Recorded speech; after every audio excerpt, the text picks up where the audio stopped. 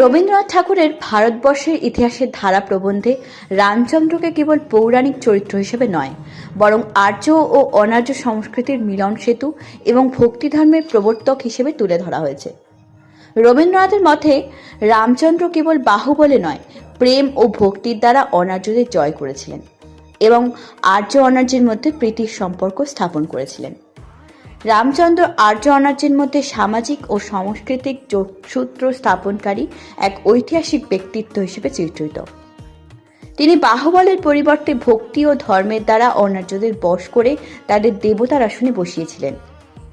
রবীন্দ্রনাথ রামচন্দ্রকে ত্যাগের প্রতীক এবং আর্য সমাজের সমাজ রক্ষার আদর্শ হিসেবে দেখিয়েছিলেন। দক্ষিণে কৃষিভিত্তিক সভ্যতার প্রসারে রামচন্দ্রের ভূমিকা ও অবদানকে তিনি তুলে ধরেছেন। রবীন্দ্রনাথ মনে করেন রামচন্দ্র বাহুবলে পরাজিত করে রাজ্য বিস্তার করেননি, বরং প্রেমের দ্বারা অবহেলিত ও অনার্যদের হৃদয়ে স্থান করে নিয়েছিলেন।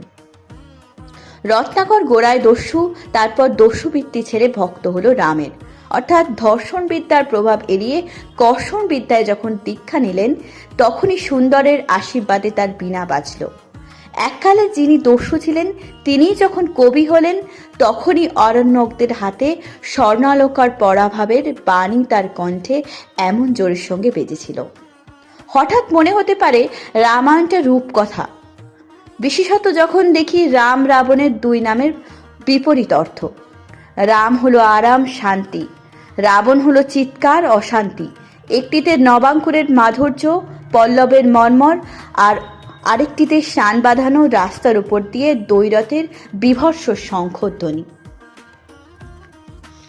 ভগবান ত্রিভুবন তোমাদের প্রত্যক্ষ বিরাজে, কহ মোরে কার নাম অমর বীণার ছন্দে বাজে।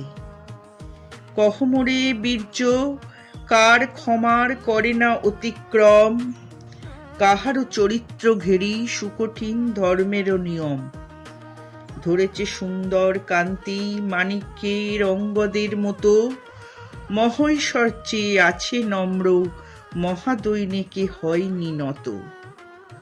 সম্পদকে থাকে ভয়ে, বিপদে কে একান্ত নির্ভীক। কে পেয়েছে সবচেয়ে, কে দিয়েছে তাহারও অধিক। কে লয়েছে নিজ শিরে রাজ্য ভালে মুকুটেরও সম, সবিনয়ে সগৌরবে ধরাধামে দুঃখ মহত্তম। কহ মোরে সর্বদর্শী হে দেবর্ষি,